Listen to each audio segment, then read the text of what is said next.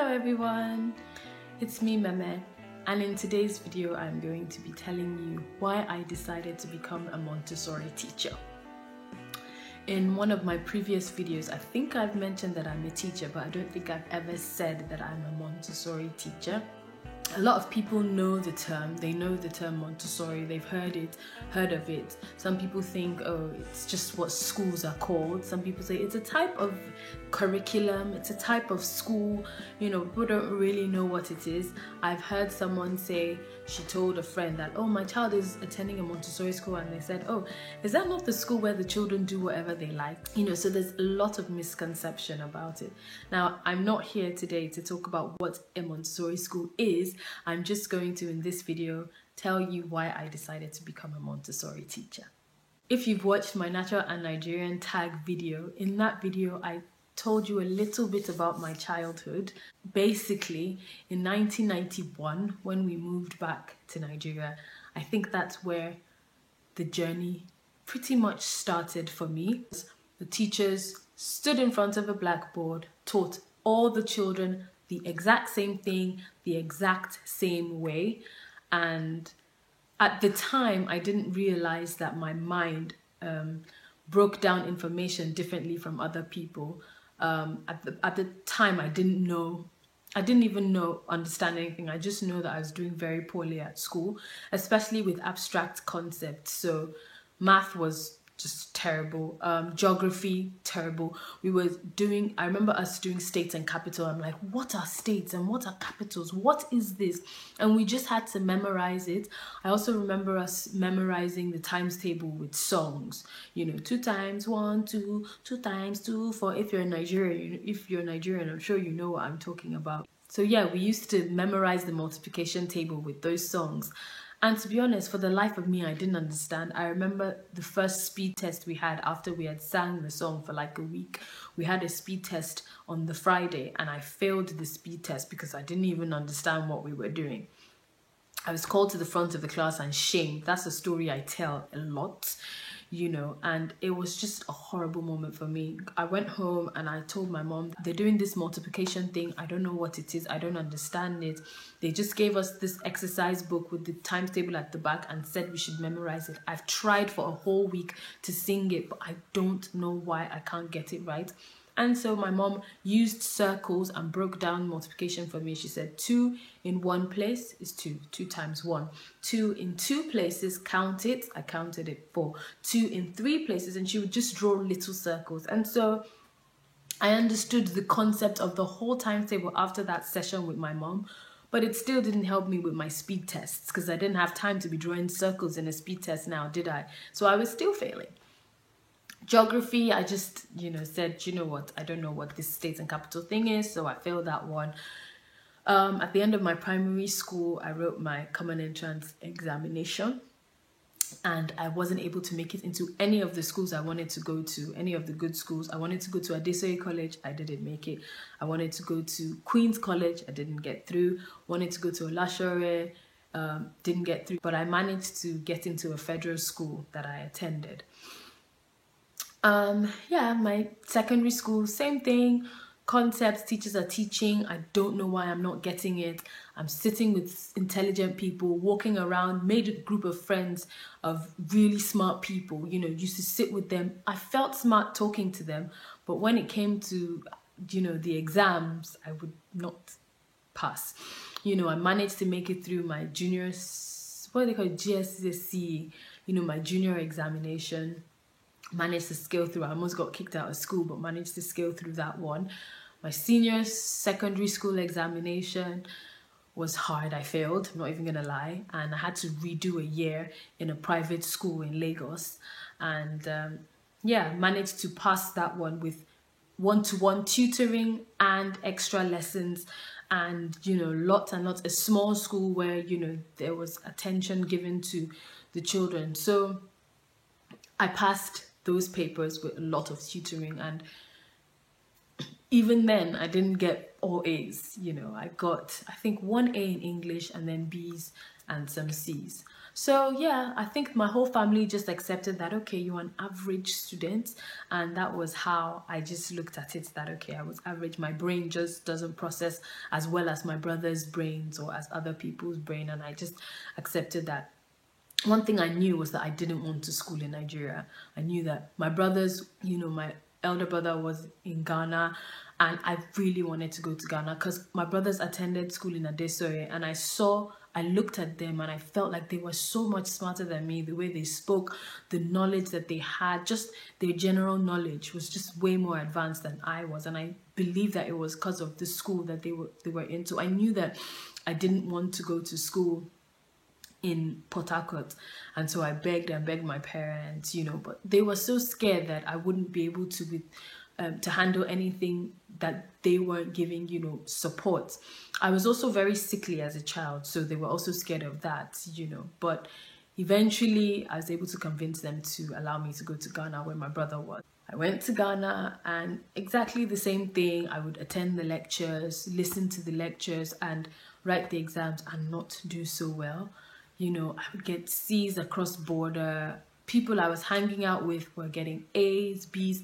I attended study groups. I would be very vocal in the study groups. I would contribute, but yet they in the study groups would get A's and I would get a C. And I just did not understand it until one day, one of my, two things happened. The first thing was one of my electives, because I studied English and sociology. One of my electives was creative writing, and so I loved that class. I would always go and we would talk about like the creative process of bringing a story to life, and it was just an amazing, we met a lot of, Ghanaian authors at the time, and it was just such a beautiful class. And I remember my exam was to write a story. Like, we didn't have an exam paper. We had we had to do like different projects, and we would come together as a team and create a story out of, different plots. And, I loved each one we did. And at the end of the day, that was my first A in my third year.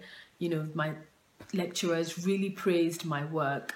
They asked me to do a story, write a story. The final paper, we were asked to write a story, and my story was one of the most creative stories out of the lot, and my teachers were really impressed. And so that was a confidence booster for me.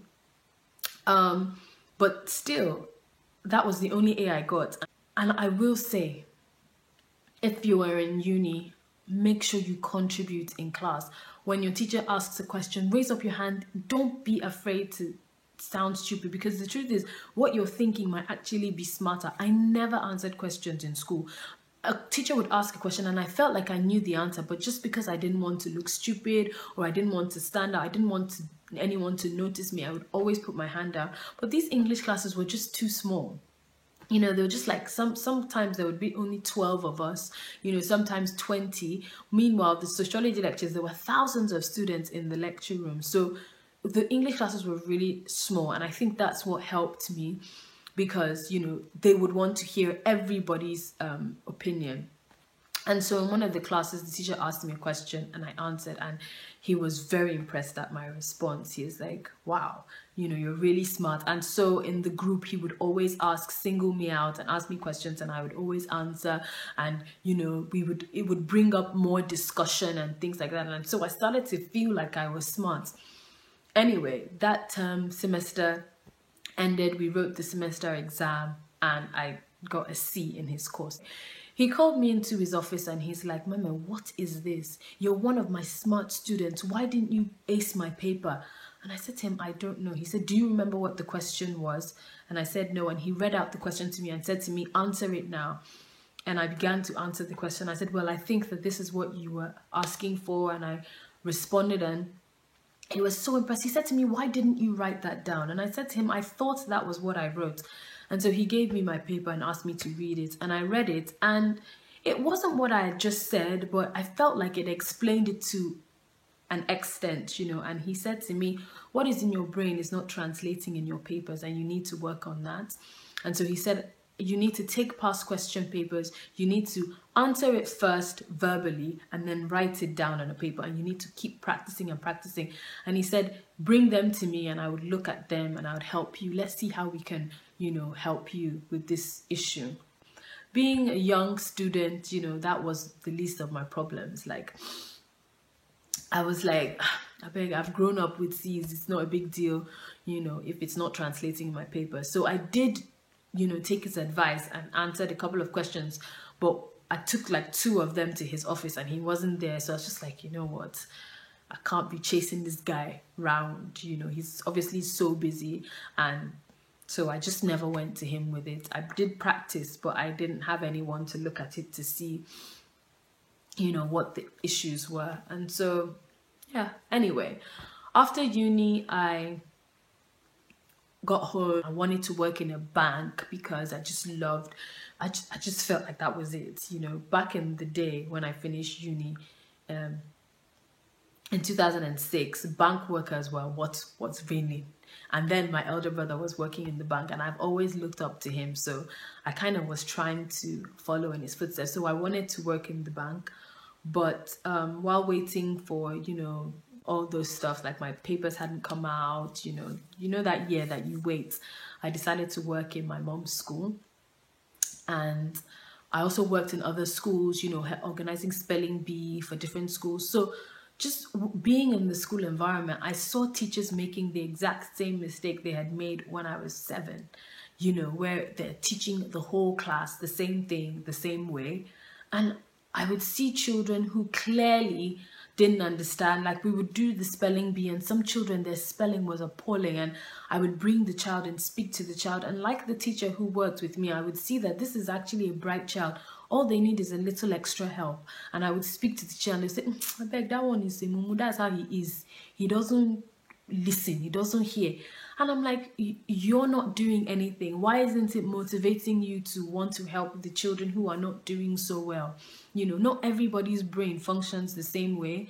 And it broke my heart to see these children who were not doing so well just be abandoned. And so I went up to my mom. I was like, look, Mom, I want to do something in education. I don't know, maybe go to College of Education, do something in education, but I want to do something in education. That what I'm seeing in all these schools, and bear in mind, with the spelling bee, I probably went to every school in Port Harcourt at the time, did the spelling bee, and I would sit in the classrooms of these schools and exactly the same thing was going on in the schools.